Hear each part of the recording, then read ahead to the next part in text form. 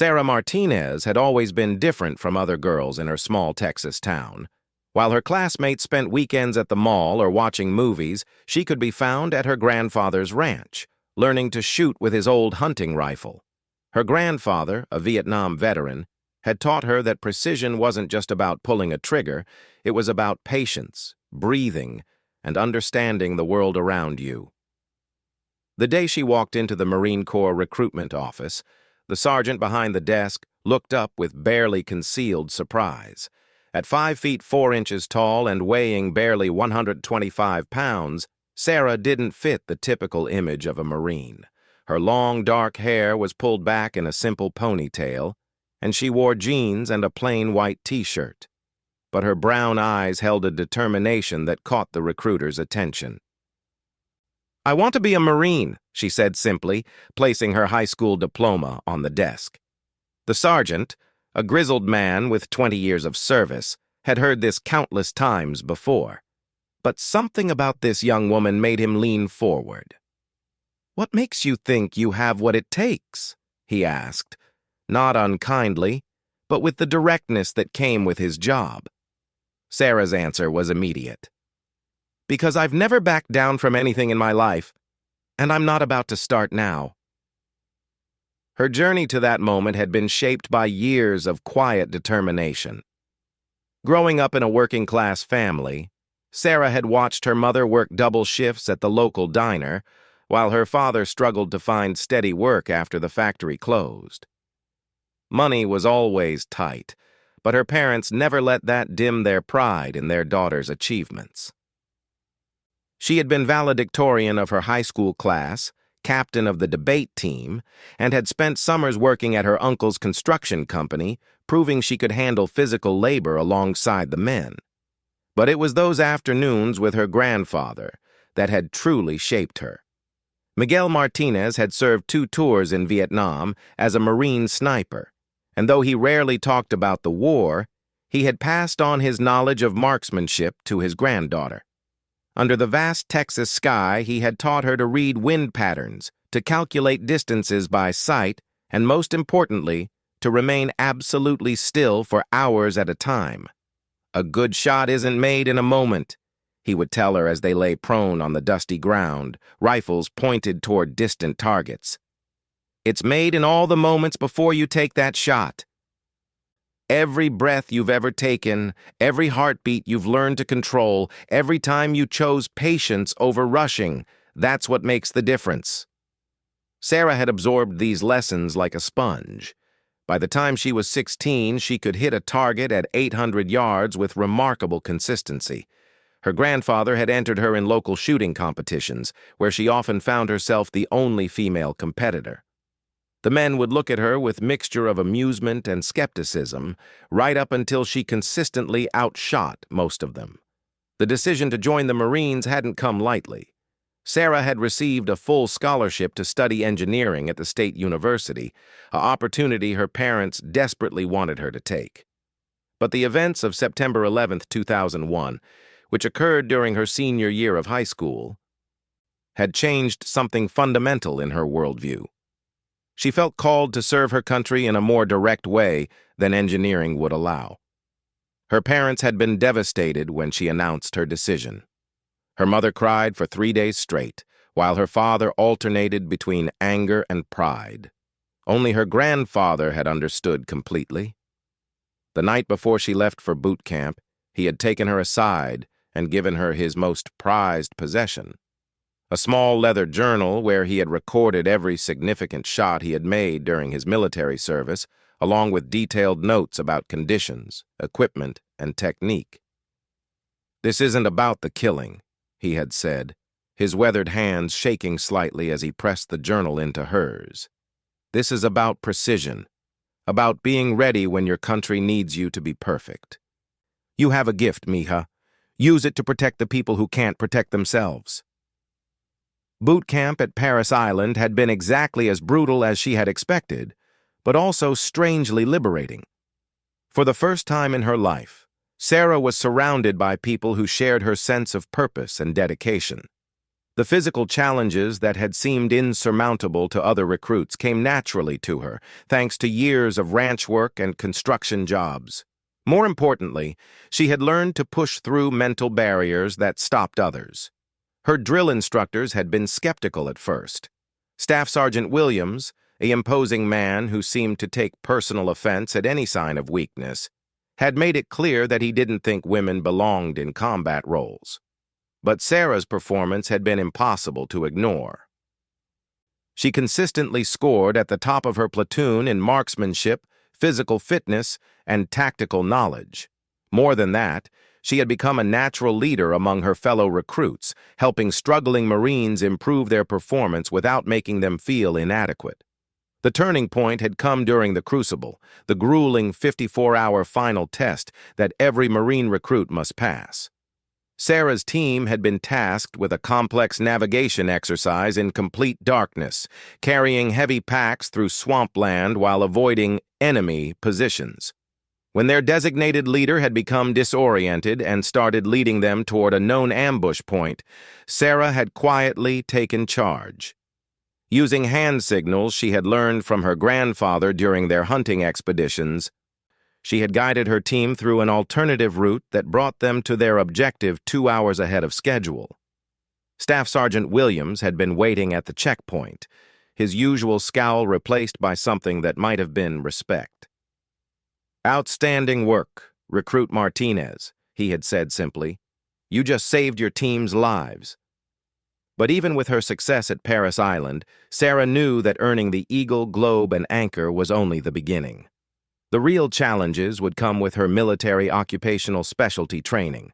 She had qualified for several different career fields, but there was only one that truly called to her. Despite the skepticism of her career counselor, she had requested assignment to the Scout Sniper School. The counselor, a kind woman who had served for 15 years, had tried to steer her toward military intelligence or communications. "Those are excellent career fields for someone with your test scores," she had explained, "and they're more suitable for someone of your background." But Sarah had been firm. "With respect, Sergeant, I didn't join the Marines to do what was suitable. I joined to do what was necessary." The process of getting accepted to Scout Sniper School was complicated by the fact that the Marine Corps didn't officially allow women in combat roles. However, there were exceptions made for exceptional circumstances, and Sarah's marksmanship scores had caught the attention of senior leadership. Her scores weren't just good, they were record-breaking. During qualification, she had achieved perfect scores on every distance, from 200 to 1,000 yards, in conditions that had challenged even veteran Marines. Colonel James Harrison, the commanding officer overseeing sniper training, had personally reviewed her file. A 25-year veteran with 3 combat deployments, he had seen enough Marines come and go to recognize genuine talent when he saw it. Sarah's scores reminded him of only a handful of shooters he had encountered in his entire career. The phone call came on a Tuesday morning while Sarah was finishing her advanced infantry training. She had been selected for Scout Sniper School, making her one of only 3 women ever to be given the opportunity.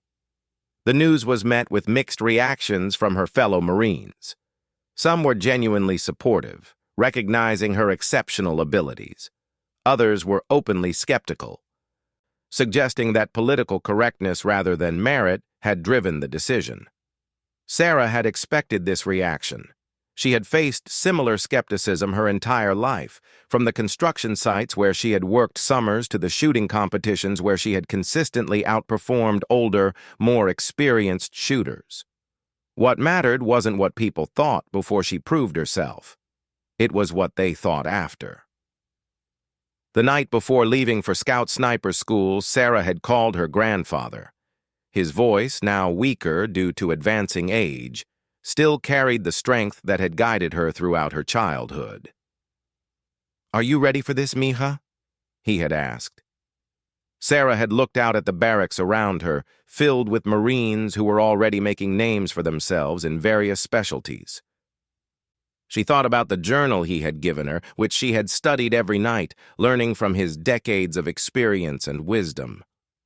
"I've been ready my whole life, abuelo," she had answered. "Now I just have to prove it." As she packed her gear for the move to the sniper school, Sarah reflected on how far she had already come. From a small Texas town to Marine boot camp, she had exceeded every expectation placed on her. But she knew the real test was just beginning. Scout Sniper School had a washout rate of over 70%, and she would be facing challenges that went far beyond marksmanship. She would need to master fieldcraft, learn to move unseen across hostile terrain, develop the mental discipline to remain motionless for days at a time, and prove that she could make life-and-death decisions under extreme pressure.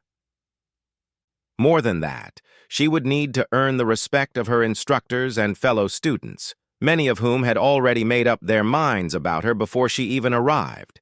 But as Sarah looked at herself in the mirror that night, adjusting her uniform one final time before the move, she saw not the small-town girl who had walked into the recruitment office, but a United States Marine who had earned her place through determination and skill.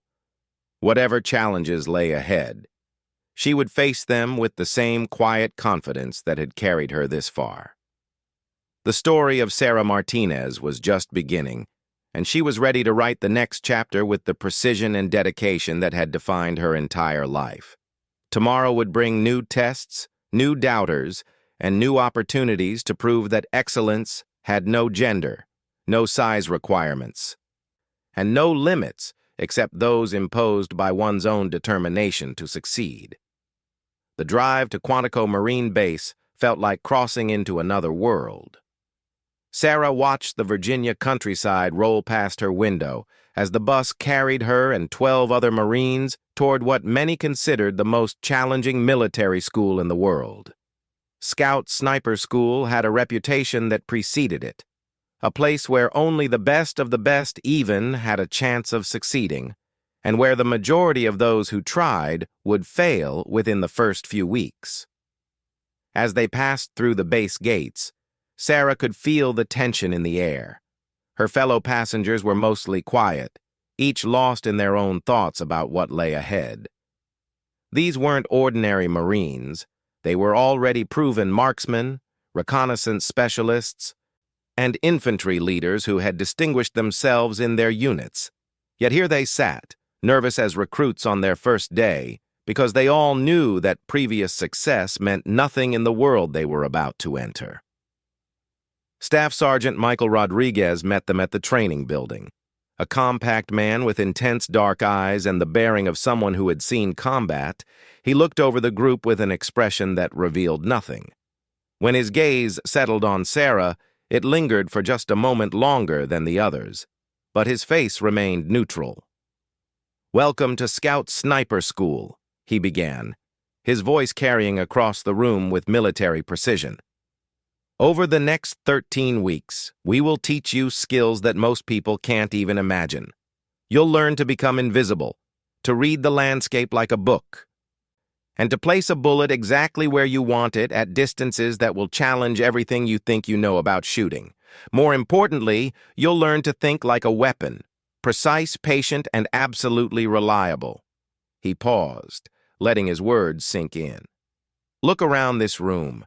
Statistically, only 3 or 4 of you will graduate. The rest will find out that wanting something and being capable of achieving it are two very different things." The first week was designed to break down any misconceptions about what sniper training would involve. Instead of immediately heading to the range, the students found themselves crawling through mud, memorizing countless details about enemy equipment and tactics, and spending hours learning to estimate distances by sight alone. Sarah had expected the physical challenges, but the mental demands were unlike anything she had experienced. Every morning began at 04:30 with physical training that would have challenged even the fittest Marines. But PT was just the warm-up. The real work began with classes on ballistics, where students learned the complex mathematics behind long-range shooting. Wind speed and direction, temperature, humidity, barometric pressure, the rotation of the Earth itself, all these factors and dozens of others had to be calculated and accounted for when attempting shots beyond normal rifle range. Sarah found herself struggling with some aspects of the coursework, not because she lacked intelligence, but because she had learned shooting intuitively from her grandfather rather than through formal study. She spent her evenings reviewing ballistics tables and meteorological data, teaching herself the scientific principles behind skills she had developed through feel and experience. The other students noticed her extra effort, but their reactions varied considerably. Corporal James Mitchell, a tall redhead from Oklahoma who had been his unit's top marksman for 3 years, seemed determined to help her succeed. He would stay after class to work through ballistics problems with her, sharing tips and techniques he had learned during his time as a competitive shooter before joining the Marines. Others were less supportive. Lance Corporal Danny Chen, who had arrived at the school with an attitude that he was slumming it until he could transfer to force reconnaissance, made no secret of his belief that Sarah's presence was nothing more than a political stunt. He would make comments just loud enough for her to hear about how the standards were being lowered to accommodate diversity initiatives. Sarah chose to ignore the negativity and focus on her performance. She knew that words meant nothing, only results would ultimately matter. But she also understood that she was under more scrutiny than her classmates. Every mistake she made would be magnified, while her successes would be dismissed as luck or favoritism. The first major challenge came during the stalking exercise in week 3. Students were required to move unseen across open terrain to reach a designated firing position, all while being observed by instructors using high-powered optics. The exercise took place over 2 miles of Virginia woodland, with numerous obstacles and checkpoint where failure to remain hidden would result in immediate dismissal from the program. Sarah had spent her childhood moving quietly through brush and forest while hunting with her grandfather, but this was different. The instructors weren't looking for deer trails or disturbed vegetation. They were trained to spot the subtle signs that revealed human movement. A reflection from a piece of equipment, an unnatural shadow, even the way grass bent under a person's weight could give away their position. The exercise began before dawn. Students had to cover the designated distance and reach their firing positions within a 6-hour window, all while remaining completely undetected. Sarah had studied the terrain during her limited reconnaissance time, identifying the routes that offered the best concealment while avoiding areas where previous classes had likely been caught.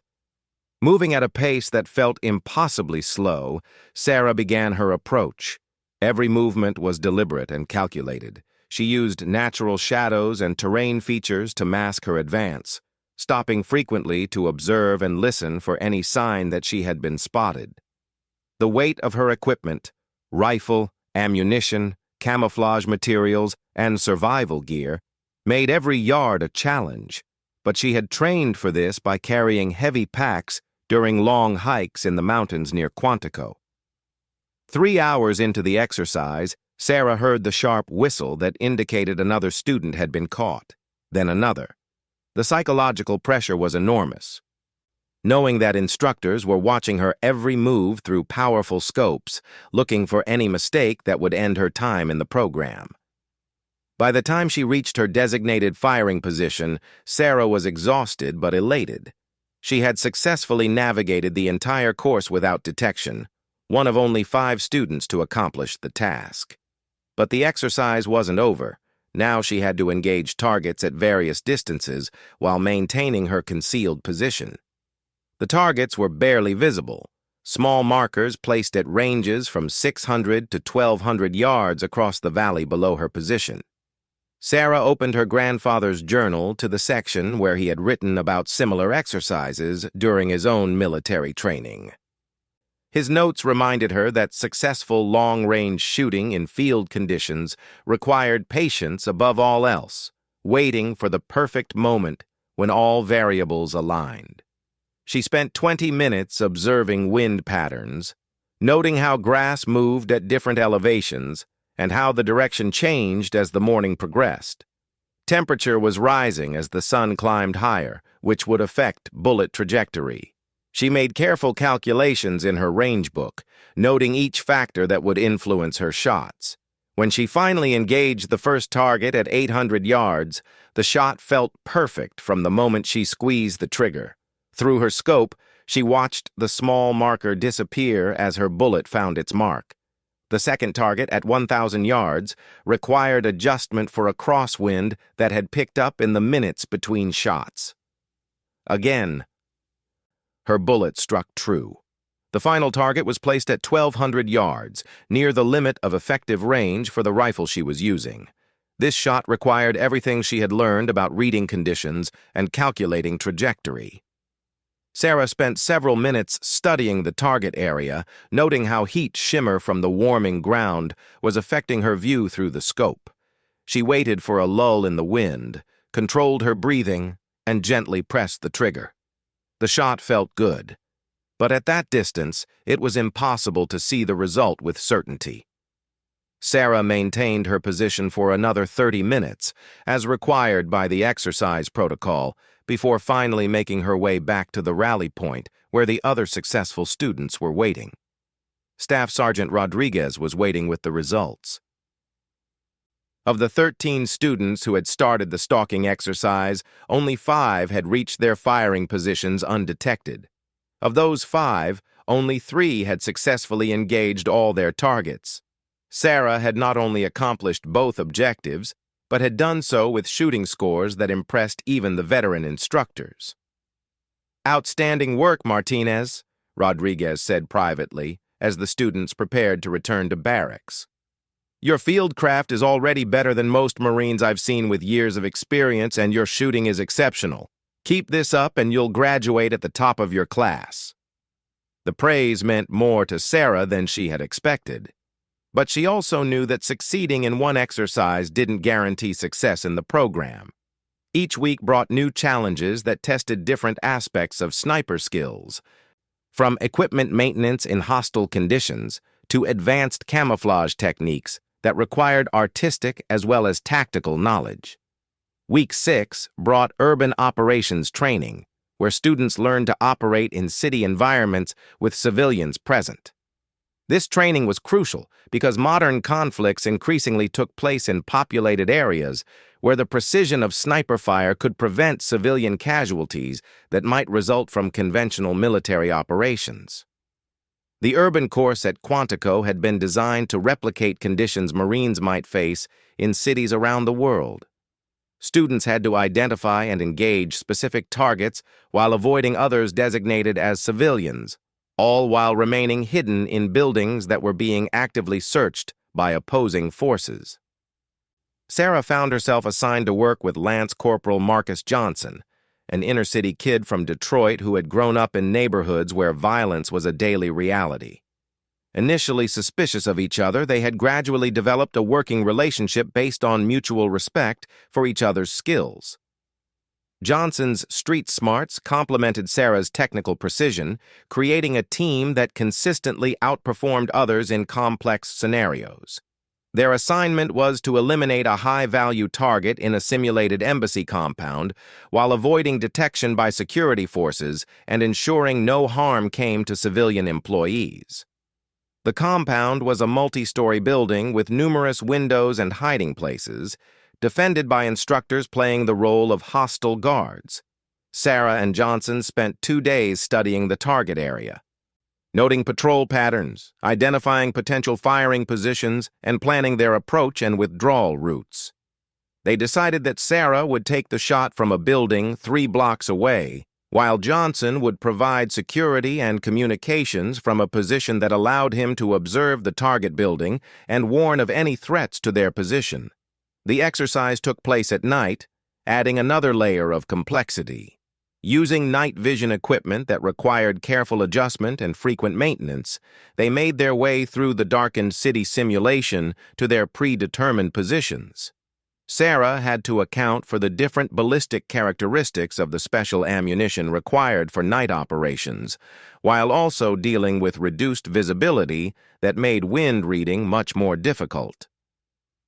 The shot itself was at a distance of 750 yards, not extreme by sniper standards, but complicated by the need for absolute precision in a populated area. Sarah had only one opportunity, A miss might result in civilian casualties in the simulation, leading to immediate failure for both team members. She waited for 3 hours, watching the target building through her scope, learning the patterns of movement inside. When the target finally appeared in the designated window, Sarah was ready. Her shot was perfect, striking the simulated enemy exactly as required. More importantly, Johnson's security work had kept them undetected throughout the operation, allowing them to withdraw safely and complete their mission. The success of that exercise marked a turning point in how other students viewed Sarah. Even Lance Corporal Chen, who had been her most vocal critic, began to acknowledge that her performance was consistently excellent. She wasn't succeeding because standards had been lowered. She was succeeding because she was genuinely better than most of the men in her class. As the program entered its final weeks, the challenges became even more demanding. Students were tested on their ability to operate alone for extended periods, living off the land while maintaining surveillance on designated areas and engaging targets of opportunity. This phase of training was designed to simulate the conditions snipers might face when deployed far from friendly forces, responsible for gathering intelligence and eliminating threats with no support except what they could carry. Sarah's solo exercise took place in the mountains of West Virginia, where she was required to observe and report on simulated enemy activity for 5 days while avoiding detection by counterintelligence teams trying to locate her. She was allowed only the equipment she could carry and had to find or create her own shelter and water sources while maintaining constant vigilance. The mental challenges of this exercise were as demanding as the physical ones. Remaining alert and focused while alone for days at a time tested psychological resilience in ways that few other military training could match. Sarah used techniques her grandfather had taught her during long hunting expeditions, creating mental routines that kept her mind sharp, even during the monotonous hours of observation duty. On the 4th day of her exercise, the opportunity she had been waiting for finally presented itself. A high-value simulated target appeared at a distance of 1,400 yards, well beyond the range most snipers would attempt in field conditions. The shot would require perfect calculation of multiple variables, including significant wind correction and precise range estimation. Sarah spent 30 minutes studying the conditions, making calculations in her range book, and waiting for the perfect moment to take the shot. When she finally squeezed the trigger, she knew immediately that the shot was good. Later confirmation would show that her bullet had struck within 2 inches of the designated target center, an exceptional result at that distance under field conditions. But this shot, impressive as it was, would prove to be merely preparation for what was to come. As graduation approached, Sarah had established herself as one of the top performers in her class, earning the respect of instructors and fellow students alike. Her technical skills were matched by tactical knowledge and fieldcraft that exceeded expectations.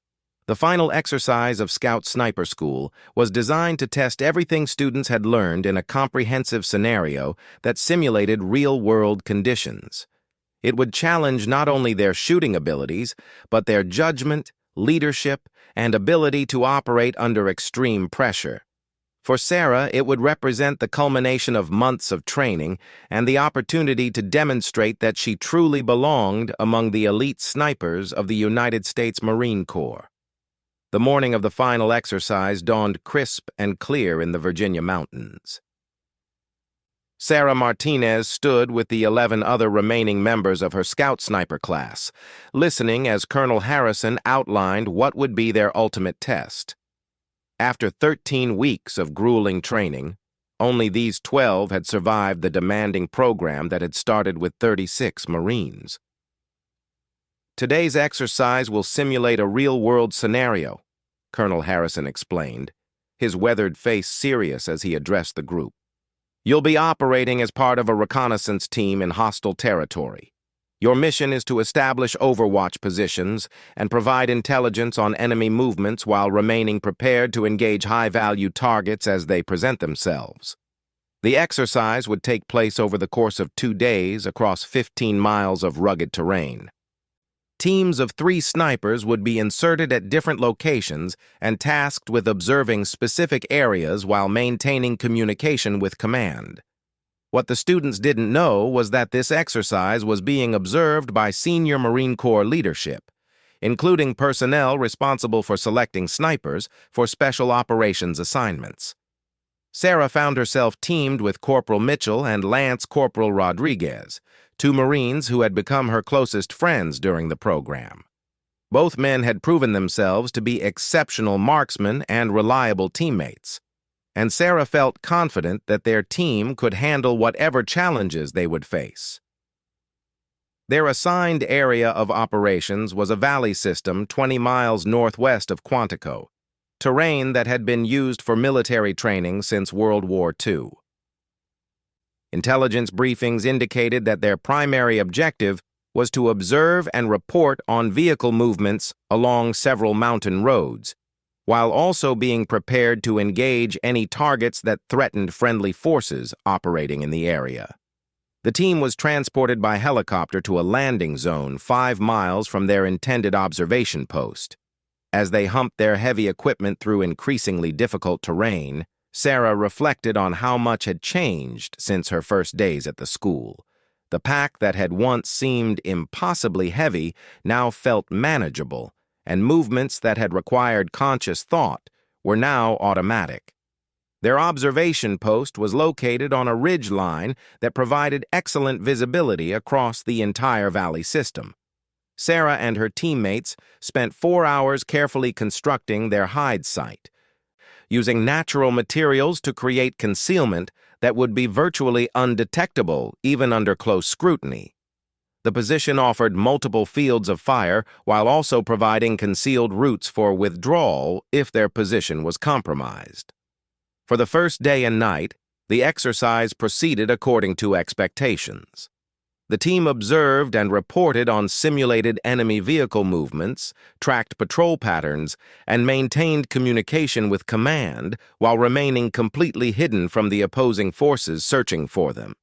Their reports were accurate and timely, demonstrating the intelligence-gathering skills that were often more important than marksmanship in real-world sniper operations. On the second morning, everything changed. Sarah was on watch duty, scanning the valley through her high-powered spotting scope, when she noticed unusual activity at a facility nearly 5 kilometers away. What had been described as an abandoned communications station was showing clear signs of occupation. Vehicles were moving in and out of the compound, and she could see personnel establishing what appeared to be sophisticated equipment. "I've got movement at grid 341752, she whispered into her radio microphone. "Previously reported abandoned facility showing signs of heavy activity. Multiple vehicles, personnel setting up what looks like electronic equipment." The response from command was immediate and tense. "Charlie team, confirm your observation. Are you certain about the location?" Sarah double-checked her map coordinates and range estimation, using multiple methods to verify the distance to the target. "Confirmed.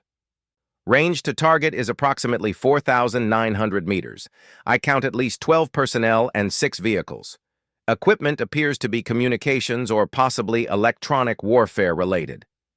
There was a long pause before the radio crackled again. This time it was Colonel Harrison's voice. "Charlie team, we have intelligence indicating that facility may be a command post for exercise opposing forces. Can you confirm presence of high-value personnel?" Sarah adjusted her spotting scope to maximum magnification and studied the distant compound carefully. The facility was at the very edge of visual range, requiring her to account for atmospheric distortion and heat shimmer that made identification extremely difficult. But years of training her eye to pick out details at impossible distances served her well. "Confirmed high-value target," she reported. "Individual matching description of exercise opposing force commander is visible near main building. Target appears to be directing setup operations." The radio was silent for several minutes. Sarah exchanged glances with Mitchell and Rodriguez, both of whom understood the significance of what was happening. The target she had identified was nearly 5 kilometers away, well beyond the normal engagement range for any rifle system they were carrying. Finally, Colonel Harrison's voice returned. "Charlie Team, you are authorized to engage target if opportunity presents itself. Be advised that this is an exceptional circumstance requiring exceptional skill. Do not attempt engagement unless you are absolutely certain of success." Sarah felt her heart rate increase as she realized what was being asked. The facility was 4,152 meters away, according to her precise calculations, a distance that pushed far beyond normal sniper engagement ranges. Even with the advanced rifle and ammunition they were carrying, the shot would require perfect conditions and flawless execution. She began her calculations, taking into account every variable that could affect the bullet's flight over such an extreme distance. Wind speed and direction at multiple elevations, temperature, humidity, barometric pressure, the rotation of the Earth itself, all had to be considered for a shot at this range. She consulted the detailed ballistics data she had memorized, cross-referencing it with current conditions recorded by her weather instruments. "Mitchell, I need continuous wind readings at all visible levels," she said quietly. "Rodriguez, start tracking the target's movement patterns. I need to know exactly where he'll be and when." For the next 2 hours, the team worked with the precision of a surgical unit. Mitchell used his spotting scope to observe and report wind conditions at different elevations between their position and the target, noting how vegetation moved at various distances and altitudes. Rodriguez tracked the target individual, timing his movements and identifying the patterns in his behavior. Sarah made calculation after calculation in her range book, accounting for the bullet drop that would occur over the extended flight time, the effect of wind drift at multiple levels, and even the Coriolis effect caused by the Earth's rotation. The mathematics were incredibly complex, requiring her to estimate conditions that couldn't be directly measured at their position. The temperature was rising as the sun climbed higher, which would affect air density and bullet trajectory. Wind patterns were shifting as the morning progressed, requiring constant recalculation. Most challenging of all was the need to estimate conditions halfway to the target, where the bullet would be most affected by crosswinds, but where direct observation was impossible. "Target is maintaining a pattern," Rodriguez reported.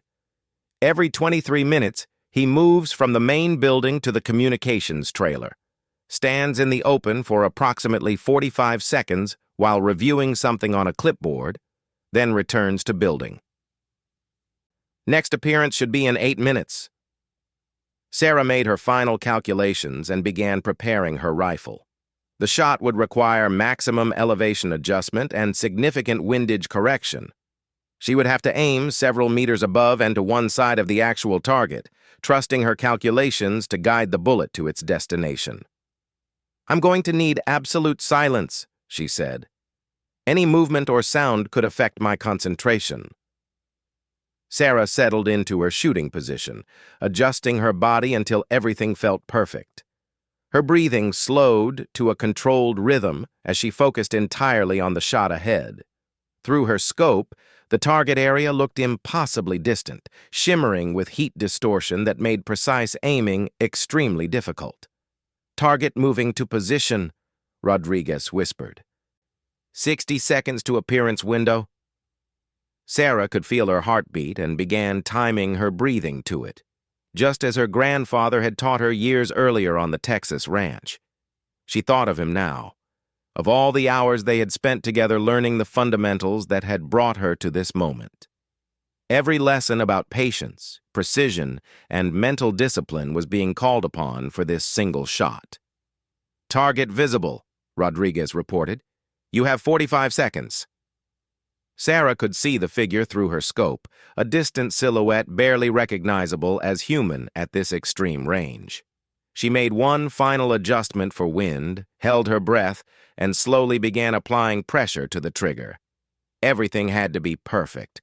The smallest error would result in a complete miss at this distance. The rifle fired with a sharp crack that echoed across the valley.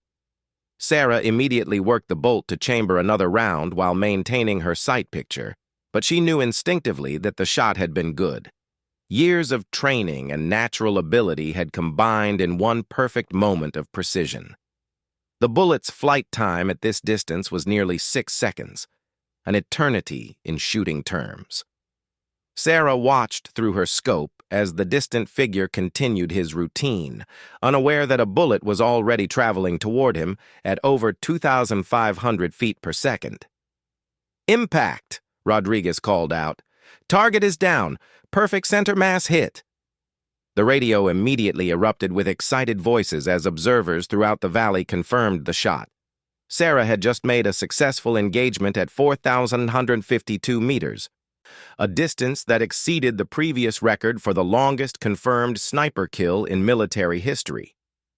"Outstanding shot, Charlie team," came Colonel Harrison's voice, but even through the radio, Sarah could hear the amazement in his tone. "Return to extraction point for debrief immediately."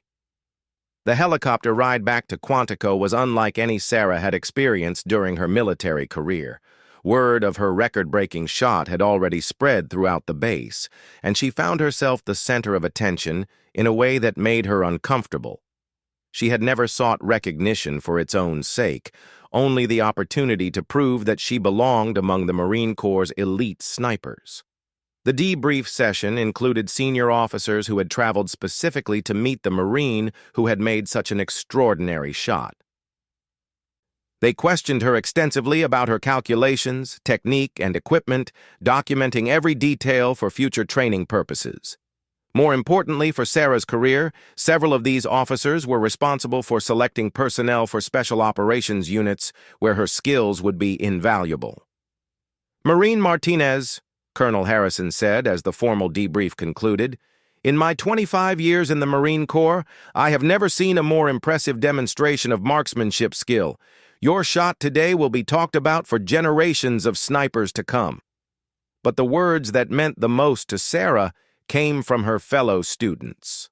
Lance Corporal Chen, who had been her harshest critic at the beginning of the program, approached her as they prepared to leave the briefing room. "Martinez," he said, extending his hand, "I owe you an apology.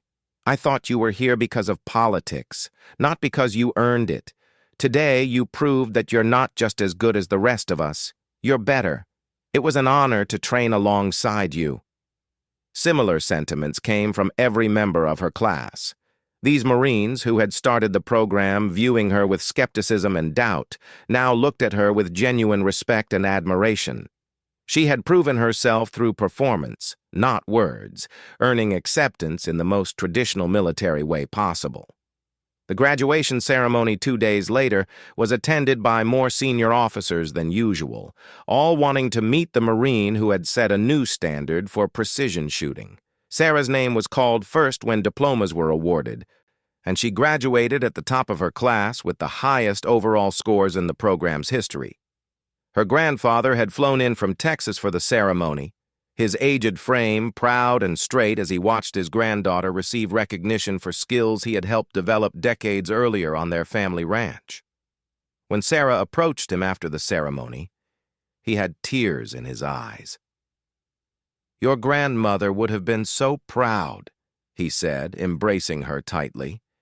"You've taken everything I taught you and made it something greater than I ever imagined possible." Sarah's success at Scout Sniper School opened doors throughout the Marine Corps that would have remained closed to someone without her proven abilities. She received orders to report to a special operations unit where her skills would be used in the most demanding missions the Corps undertook. More importantly, her achievement had begun changing attitudes about women in combat roles throughout the military. Young women considering military careers now had an example of what was possible with dedication and skill. Sarah began receiving letters from high school students, military academy cadets, and even veteran Marines who had been inspired by her story. She had become a symbol of excellence that transcended the barriers that had once seemed insurmountable. But for Sarah herself, the record-breaking shot at 4,952 meters represented something simpler but more profound. It was validation of the path she had chosen, proof that the girl who had learned to shoot on a Texas ranch had found her place among the warrior elite of the United States Marine Corps. As she prepared to begin the next phase of her military career, Sarah thought again of her grandfather's words about precision being preparation for the moment when perfection was required. Everything in her life had led to that single shot across a Virginia valley. Every hour of practice, every challenge overcome, every doubt faced and conquered. The Marines who had laughed at her as a rookie now spoke her name with reverence. The shot that silenced the doubters had earned her a place in military history and opened doors to a future limited only by her own ambitions and dedication. Sarah Martinez had proven that excellence recognizes no boundaries except those imposed by individual determination and skill.